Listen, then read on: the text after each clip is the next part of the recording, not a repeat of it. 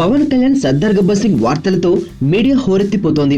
Latest గా ఈ cinema కోసం పవన్ తీసుకుంటున్న పారితోషికానికి సంబంధించిన వార్తలు మరోసారి తెరపైకి వచ్చాయి. ఈ సినిమాకు అన్ని తానే నడిపించిన పవన్ కు 33 కోట్ల రూపాయల పారితోషికంగా లభించింది అన్న వార్తలు టాలీవుడ్ ను షేక్ చేస్తున్నాయి.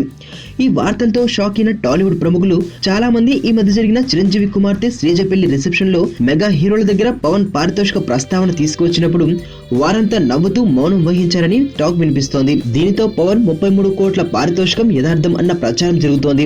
ఈ వార్తలను బట్టి టాలీవుడ్ చరిత్రలో ఇప్పటి వరకు ఏ టాప్ హీరో తీసుకుని భారీ పారితోషికం తీసుకుని పవన్ మరోసారి రికార్డు సృష్టించాడు అనుకోవాలి. ఈ సినిమాను 72 కోట్లకు ఈరో సంస్థకి అమ్మేయగా ఆ సంస్థ 100 కోట్ల వరకు ప్రీ రిలీజ్ బిజినెస్ ను చేసినట్లు ఇప్పటికే వార్తలు వచ్చాయి. ఈ వార్తలు ఇలా ఉండగా నిన్న ఈ సినిమా నిర్మాత శరత్ మరారు ఈ సినిమాకు సంబంధించిన 2 ప్రోమోస్ ను విడుదల చేశారు. ఇందులో మనం ఇచ్చే ప్రతి కౌంటర్ కి ఓ మీనింగ్ ఉంటది, చేసే ప్రతి ఎన్కౌంటర్ కి టైమింగ్ ఉందిరా అంటూ పవన్ చెబుతున్న డైలాగ్స్ పవన్ కళ్యాణ్ అభిమానులకు సరికొత్త కిక్ ని ఇస్తున్నాయి. ఇది ఇలా ఉండగా పవన్ ఈ సినిమాలో వచ్చే ఇంటర్వ్యూ టెస్ట్ ముందు చెప్పిన నిన్న మొన్న నాకు అనవసరం, నేను వచ్చాకే రూల్ మారాలి, టైం టేబుల్ మారాలి అనే డైలాగ్స్ పవన్ తన రాజకీయ ప్రవేశం గురించి చెప్పే సంకేతాలుగా కాకుండా రాజకీయ నాయకులకు వార్నింగ్ ఇచ్చే అర్థంతో చాలా పవర్ఫుల్ గా ఈ డైలాగ్ ని చెప్పినట్లు టాక్ వినిపిస్తోంది.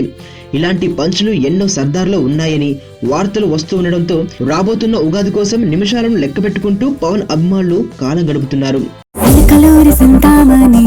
పేరంటే తెలియనోళ్ళు లేరే జాని, వయసు లెక్క సీక్రెట్ గాని నన్నడగ మాక అంటాంది జారేవుని.